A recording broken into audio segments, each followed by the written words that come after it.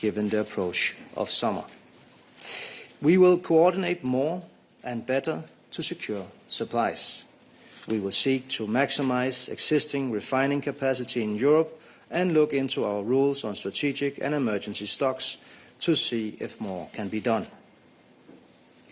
When it comes to protecting consumers from price peaks, Member States have been given the tools that they need, and the EU's role is to support, coordinate and accelerate, so that our actions can have as much impact as possible.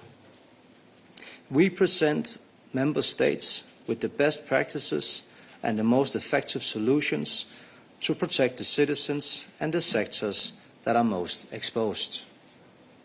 Energy vouchers for low-income households, financial support for energy-saving products, national campaigns to promote energy efficiency. Practical steps like these that can truly make a difference. We must focus on action that delivers double value by providing short-term benefits while also helping citizens and industry to capture the long-term savings of clean energy. For example, Austria. They are helping their vulnerable citizens to replace fossil fuel boilers. Belgium and Germany are offering reduced VAT and lower electricity prices respectively to boost the installation of heat pumps. France will relaunch its social leasing program for electric vehicles. This enables modest income households to lease a new EV at affordable rates. These are all examples of why we shouldn't simply burn taxpayers' money on fossil fuel subsidies. We should use it to build up and invest in modern technologies that add value for European consumers and manufacturers year after year. We will help Member States to multiply solutions like these, as well as to improve energy efficiency and replace oil and gas with alternatives like geothermal, solar thermal and advanced sustainable biofuels. This must be a wake-up call and a turning point. When Europe steps away from fossil fuel dependence and steps toward clean energy autonomy, because now it is more obvious than ever. Clean energy means security. It means affordability. It means independence. This is why today we propose an acceleration towards electrification. Now is the time to push fossil fuels out of electricity production. Now is the time to electrify industry, transport, heating systems and buildings across Europe. As Europe, we must combine our efforts to roll out renewables and clean energy projects. We must reinforce our infrastructure with more connections, more storage capacity and more flexibility. Crucially, we must drive more investments in clean transition. That means unlocking every source of funding, EU, national and private. To Member States, I say, there are resources on the table. Where it makes sense for you and where you see the opportunity, you can redirect these resources towards high-impact energy projects that deliver rapid real-world benefits for your people. And we are here to help you with that. But we must go further. We will convene a Clean Energy Investment Summit, bringing together financiers, developers and public institutions to turn ambition into action. Our goal? To mobilize the private investment that we so urgently need for immediate, game-changing solutions. By investing in clean energy and electrification, we unlock more money for our economy.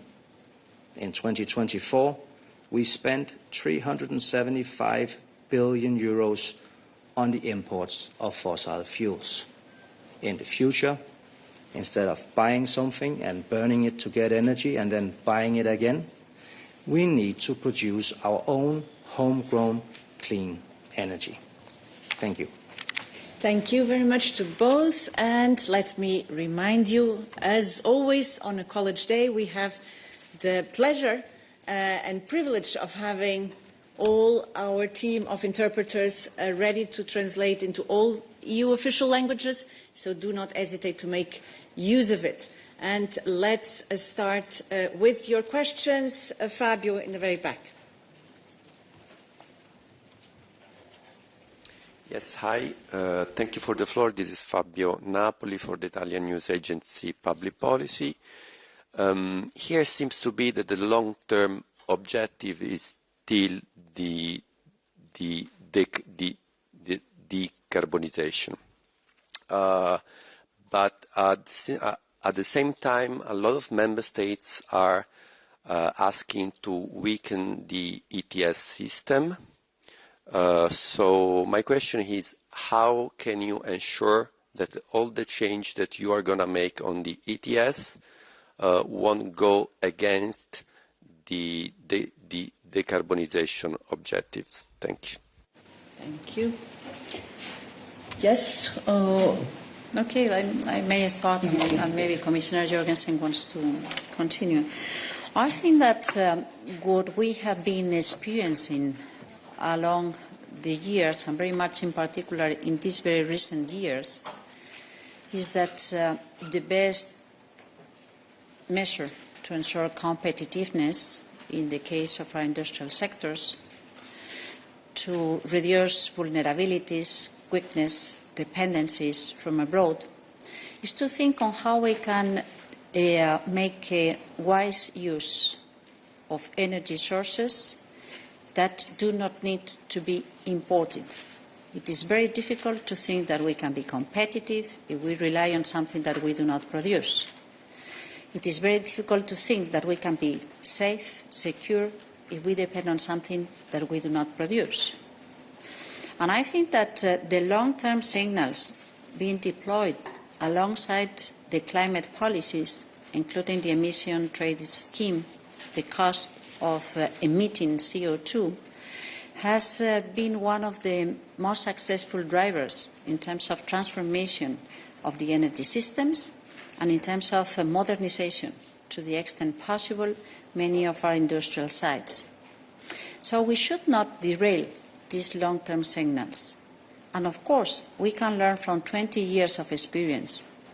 There may be companies, not even sectors, companies that have dedicated much of what they have got in terms of free allowance to reinvest in the opportunity to modernize their sites. There may be companies that have found ways to promote technology breakthroughs, and there may be sectors that have experienced the limits of the speed in these technology breakthroughs and improvements. And I think that we will count on this very important occasion when asking ourselves what we have achieved, how we can improve the next chapters in our emissions trade scheme development. But what it cannot be said is that keeping our economy captured by a system that creates lots of additional costs and harms and does not help into this efficient, forward-looking and long-lasting competitiveness is a good recipe in any case. There was an interesting discussion at the EU leaders, a month ago. And I think that it was clear that the way forward, even with the opportunity to assess, to discuss, to enter into the details on how things have been working, but looking towards the future on how we can keep on doing our efforts without deviating from our long-term targets is broadly supported by the leaders and broadly supported by our business community. So I don't think that this is a real issue, even if there may be some trying to lower down the speed, even if there may be some taking the opportunity to fight against the decarbonization of the economy. But that's not broadly shared.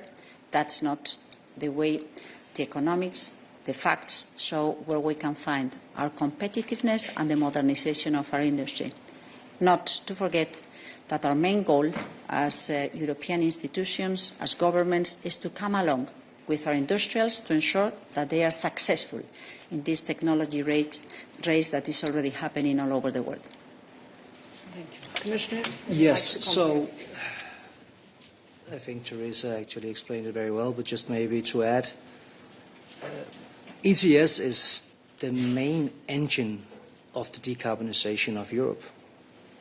And it has been a success. We have managed to reduce our emissions significantly, whilst at the same time growing the sectors that are actually covered by ETS. So this has not been a competitive disadvantage. It's actually sparked a transition and a transformation that has secured the competitiveness of many industries. I will also say as a more general comment that, yes, we are in the middle of a crisis right now that does hit some citizens very hard, especially vulnerable groups in our societies. That does hit some parts of our industry very hard, especially the high-intensive energy parts of our production sectors. And yes, we do need to allow member states to use state aid to help. But since our long-term goal is to transition away from fossils, anything we do that might directly or indirectly subsidize fossils needs to be temporary and it needs to be very targeted. And we also recommend that it is not to stand alone, that is accompanied by other efforts to, for instance, electrify faster, to change fuels, so that, for instance, if you have a company that is using gas broilers, you have subsidies to change to heat pumps, that we see more countries using the possibilities to support energy efficiency measures. All of these efforts that we know worked during the crisis in 22. Now we have even learned from some of the mistakes we made then and have learned from some of the very good examples that were there so that we can direct and coordinate with member states much better. Thank you. And Nicolas, please.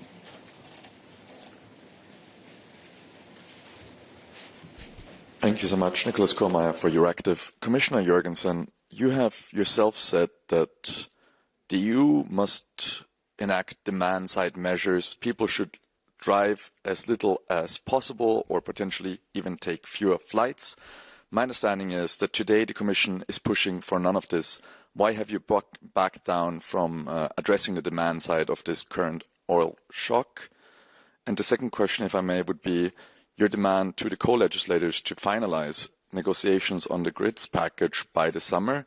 Do you not fear that you are eliminating the European Parliament's ability to contribute to this legislative process in the service or to pursue a law that would at best come into effect 2028, 2029? So on the demand side, we obviously still encourage member states to do whatever they can to bring down demand, both because it will help in the current price crisis that we're in, but also because it can help prevent a security of supply issue in the future. Which specific measures member states will then choose to use, we think it's best for member states to decide.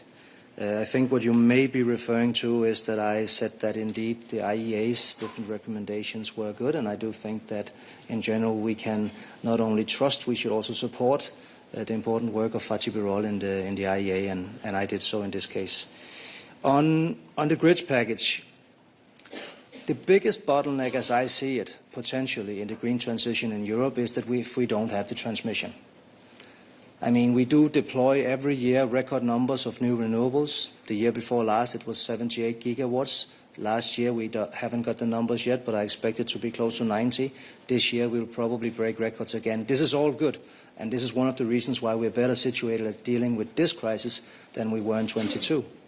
But if this is to continue, and not only continue, but actually, if we actually want to speed up this process, we need to fundamentally also speed up the enlargement of our grids, the deployment of new grids, the flexibility of the ones we have. And this is why we put forward a grids package. The grids package will do fundamentally a number of things. One is it would slash the times that it takes to get permitting down fundamentally. It will introduce more EU collective planning so that we avoid the situation that we have now where things are primarily coming bottom up, meaning that we don't have a common coordination of what is happening. It's like building a jigsaw puzzle without looking at the picture of the box. We want to change that.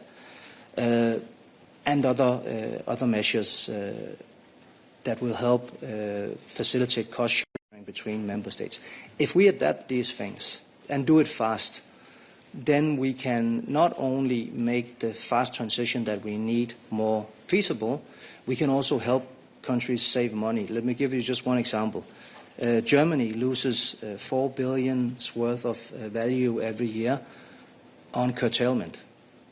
What does this mean? Well, it means, for instance, that in a country like the one that I know best, Denmark, we have wind turbines that sometimes, when the wind is blowing, are paid to stop production. Why?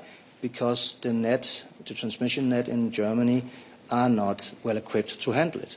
So we use public money in Denmark to subsidize wind turbines and creation of wind power, and the Germans use public money to pay for these turbines to be shut down when the grid is not available. This is, of course, not rational. This is in the interest of all countries in the Union to solve, and this is why we have also asked the Parliament and the Council to work as fast as they can, and we will, of course, facilitate these negotiations the best we can. And from the talks that I've had with rapporteurs in the Parliament, it seems like they are not only willing to do this, that they are very eager to do this, because they also see these challenges as very immediate, and they see the crisis that we're in as a factor that should lead to us turning up the pace here. Thank you. David. Thank you. David Carretta, Radio Radicale, Italian Radio. The first question is on the request by 5 member states to introduce windfall profit, a tax on windfall profit. Why the Commission is not eager to accept this request? Is it a lesson from 2022? And since state aids are basically the answer in terms of helping vulnerable person or categories, I mean, what about the fragmentation of internal market? The fact that some member states do not have fiscal space to do it, and this tax could help. Second question is about Russian gas. Instead of accelerate the electrification in some countries, the one I know best, there are important voices asking to stop the phasing out of Russian gas. One example, a deputy prime minister, the chief of the business organization, the president of the biggest energy company, Eni. They are all asking to stop the phasing out and start buying again Russian gas. What's your answer to those calls? Thank you. Yeah, give you Pete first, and then the Commissioner. Go ahead. So, in my opinion, it would be a huge mistake to start importing Russian energy again. And the decision of the Commission is very, very clear. No. We will no longer import as much as 1 molecule of Russian energy in the future. Why?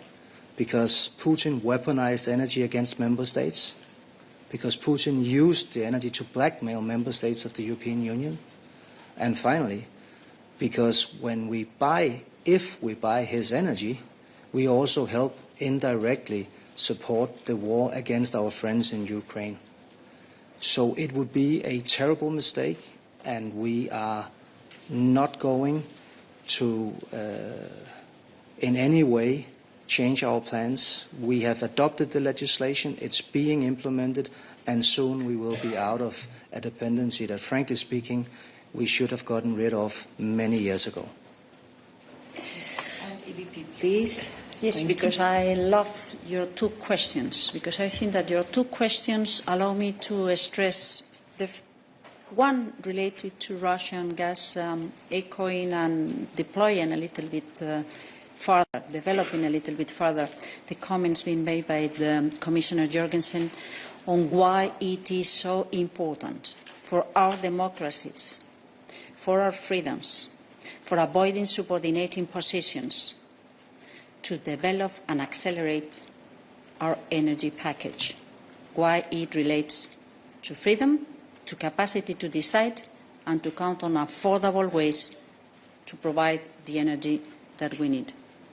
So I think that there may be, for whatever situations, for whatever national circumstances, there may be member states where it is taking longer than expected to put in place some of the measures that we had already identified in the past. And today we learn once again, we experience once again, why we need to do it faster and better. And yes, of course, we have decided not to accept this type of blackmail anymore. But I think that the electrification, the efficient use of energy, the deployment of home-ground solutions is very effective also to boost other industrial and services-related sectors. So what we need to do is identify the best way to be performing and to be very effective, but not to accept these voices that, driven by very legitimate fears, to try to identify short-term shortcuts to cover what it would create, to cover problems that could create much higher problems at cost in the time to come. Then on the demand, the letter coming from 5 ministers asking for a common tax on windfall profits. I could make 3 comments. The first of them is very political, but I think it is important. It shows to what extent terrible circumstances as the ones that we lived in the past or the one that we live now should not be used in the benefit of a very few with no real increase in cost, but taking the opportunity to make more profits, impacting on the people, the affordability of basic goods for the people. And I think that this fairness concern is something that no government can escape when there is a problem. And this shows to what extent there may be member states willing to tackle this issue through taxation. The second comment is that, in fact, a common tax requires unanimity. It may be not easy to find unanimity because there may be different views on how to handle this, or it may be different views on how to technically develop something that should apply in the whole European continent. So what it may make sense, as we do in this communication, and we are very open to keep on doing and working, is to identify the soundest manner, so to provide alternatives for those member states that could be willing to take this measure, to be sure that it is as sound as it can be. But I think that this is already in the communication.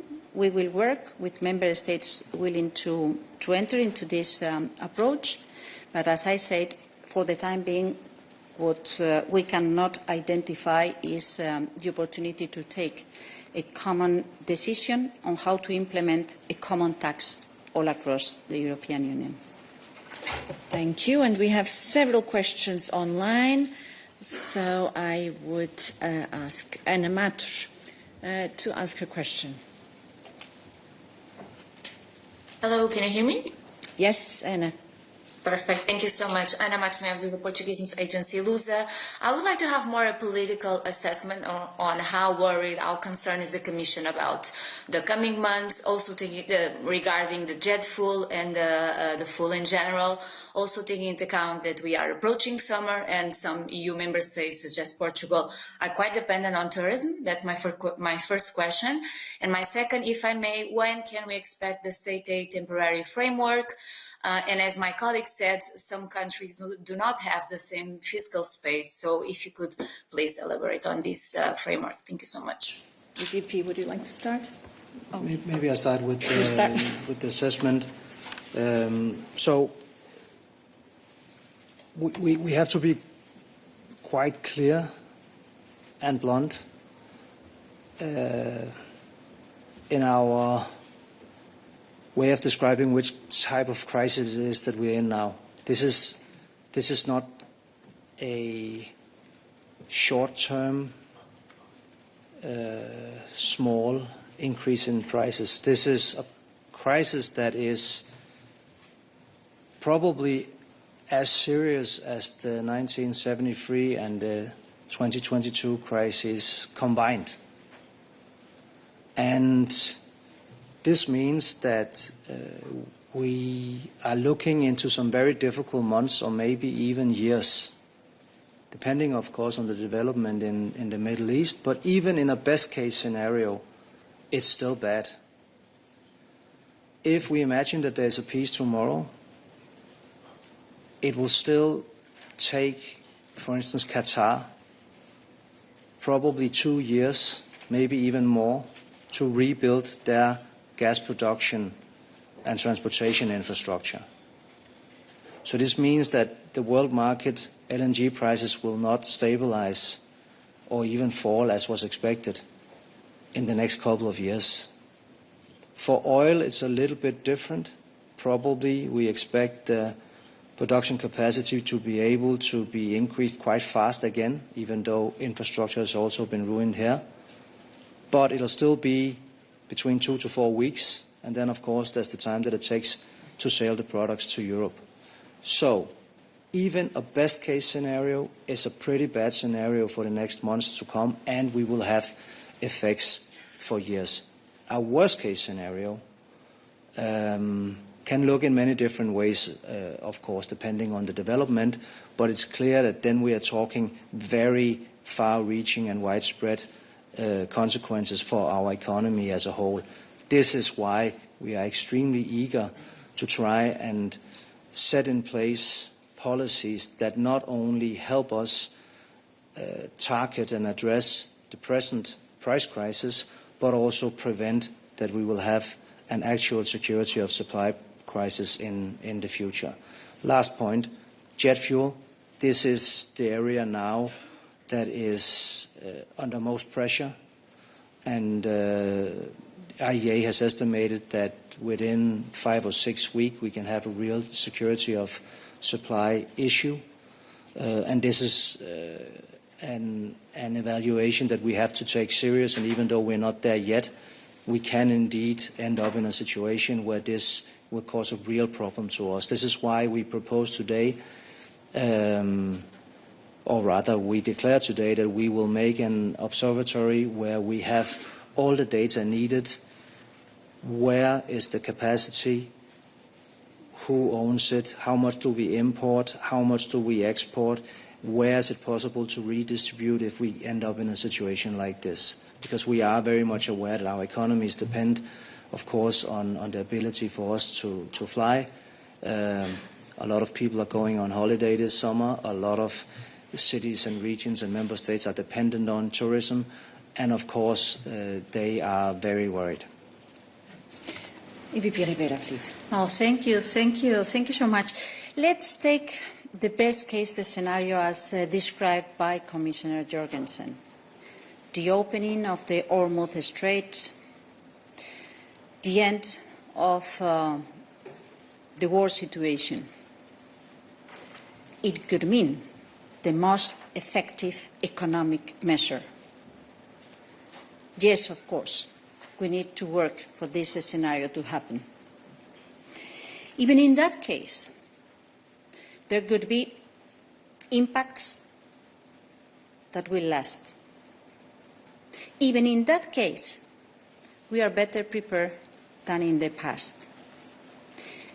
And even if better prepared than in the past, there are groups of population, there are sectors that are more affected than others. The longer it lasts, the more cascading effects that we will be witnessing. But we want to prevent, to the extent possible, these cascading effects. This is why we have been working in this targeted, temporary state aid framework that could provide some additional flexibility in the instruments that have already been adopted, and that could come with some of the measures that were more effective in the previous crisis. What we are presenting, introducing today, is, I could say, proportionate according to the knowledge and the impacts that we have already identified, but it is very important to stay attentive to be sure and to identify how the situation and the responses evolve. It is very important to identify the measures that empower the member states to do more, and there is funding opportunities in the existing context, funding available in the Recovery and Resilience Facility, in the cohesion policy, or even in the national policies being tackled, being managed at the national level. It is important, as I said, to speed up as much as possible, according to this Accelerate EU investment chapter, the creation of opportunities, so crowding in private money, understanding that it makes good business case to invest in Europe in these conditions and in this reliable situation on where we want to go. And, of course, the final very important comment, political statement, is that both the national leaders, but also the European institutions, including the European Commission, share the common goal to be attentive and to keep on doing things if these additional measures could be needed. Okay. And I'll take in the back there. Yes, go ahead. Hi, my name is Matthijs Schiffers, het Financiële Dagblad.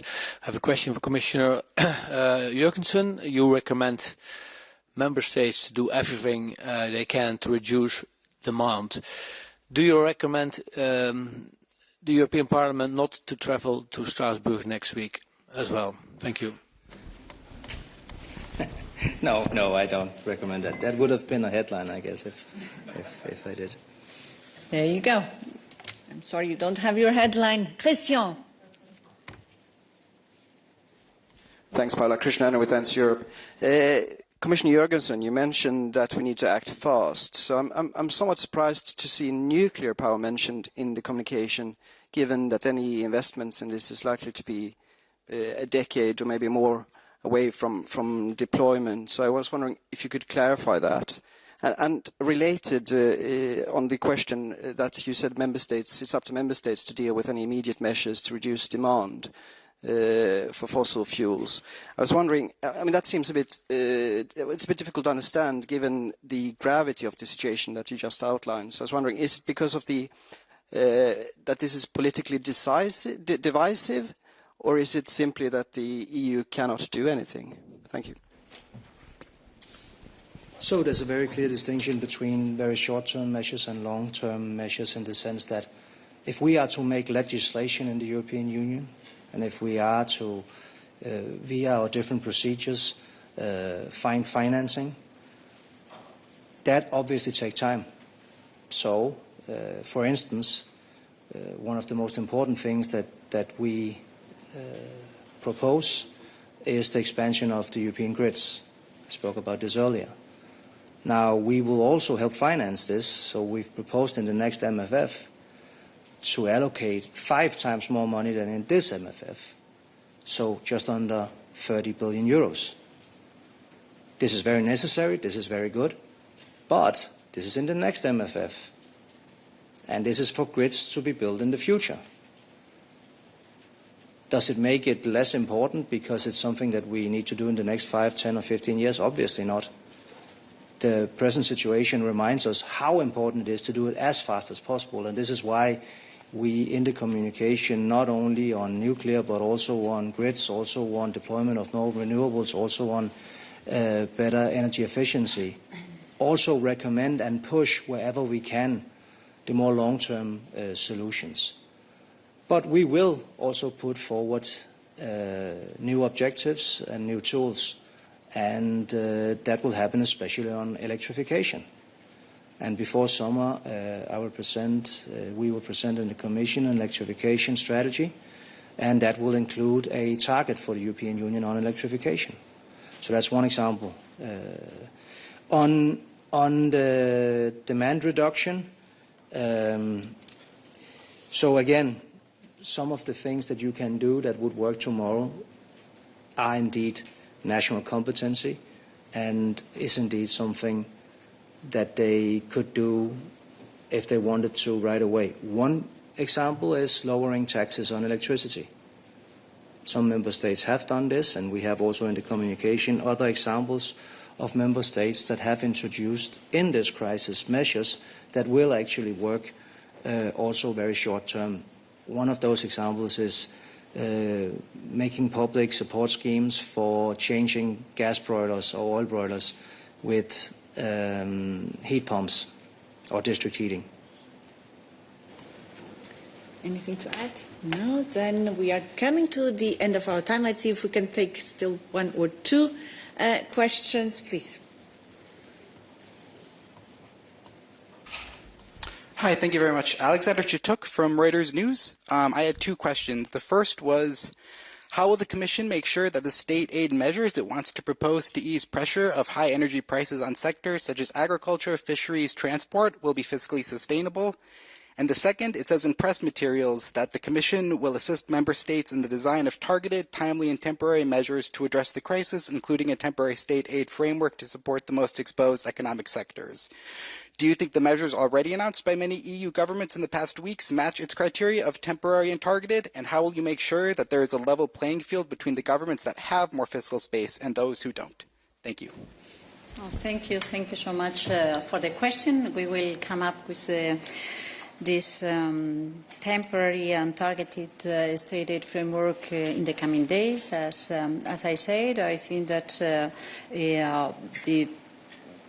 the thing that was, or one of the things that was most important when working in this framework is that we had the experience.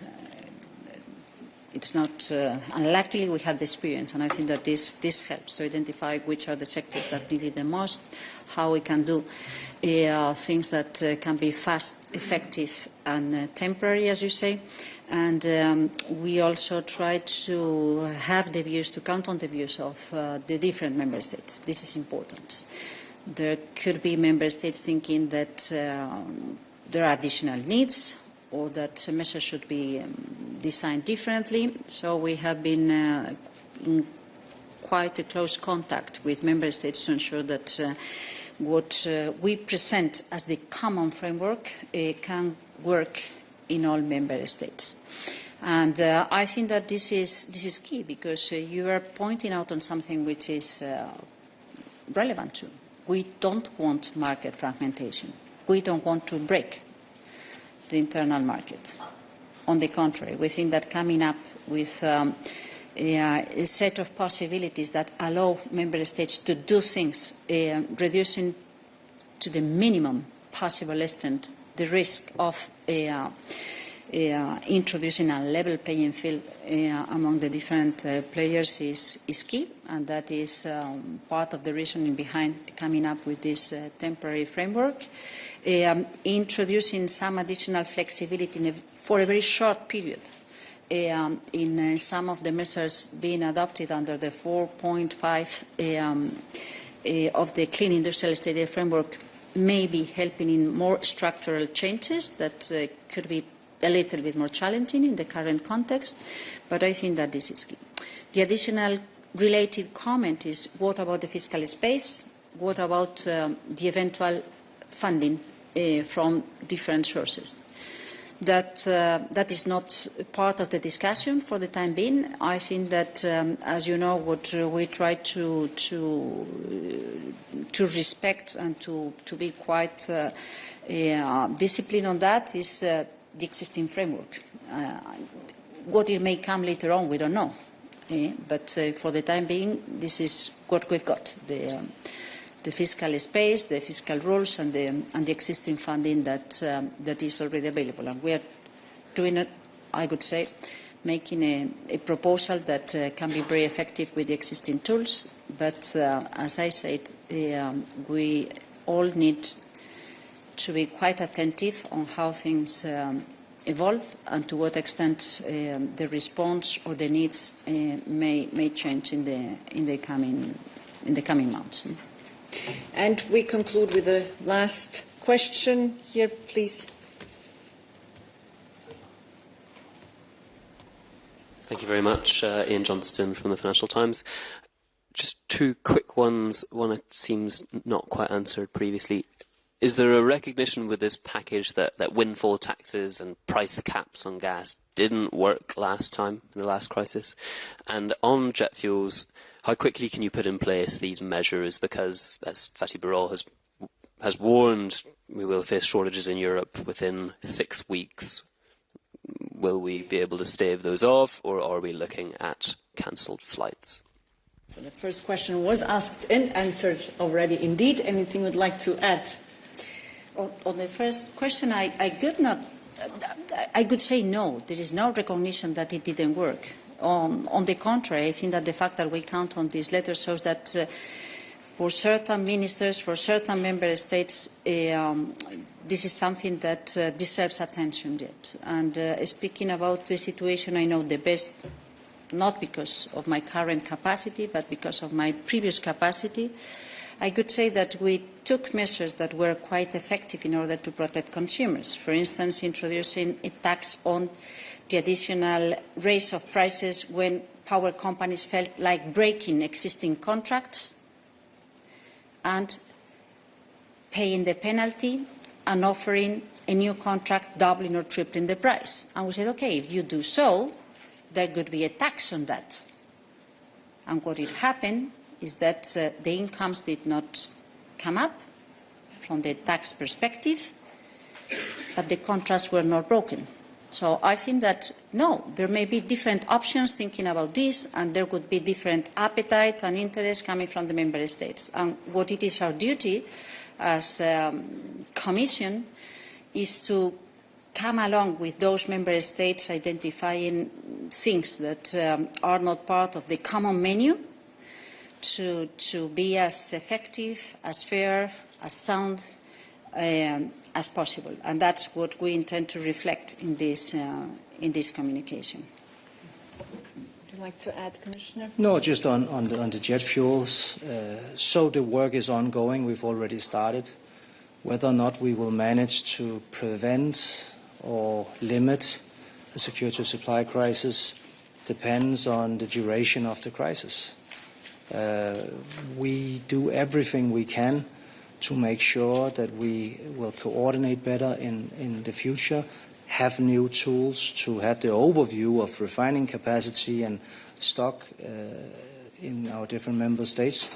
But obviously, we also have to be quite honest and say that whether or not we will be in a security of supply crisis is primarily a result of what goes on in the Middle East. What we can do is to try and prevent and limit. Good. Thank you very much to both. Thank you for your very diverse questions, and our interpreters. I wish you a good afternoon.